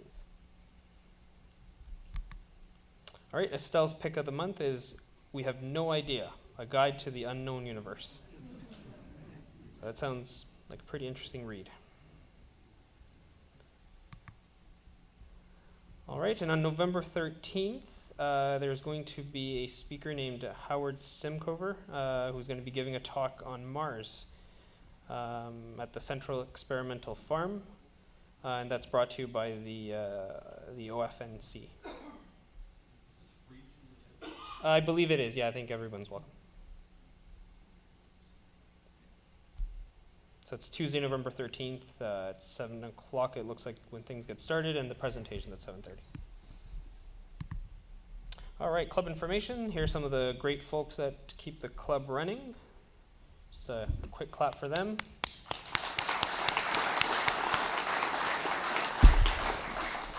Our meetings are recorded and posted on our website.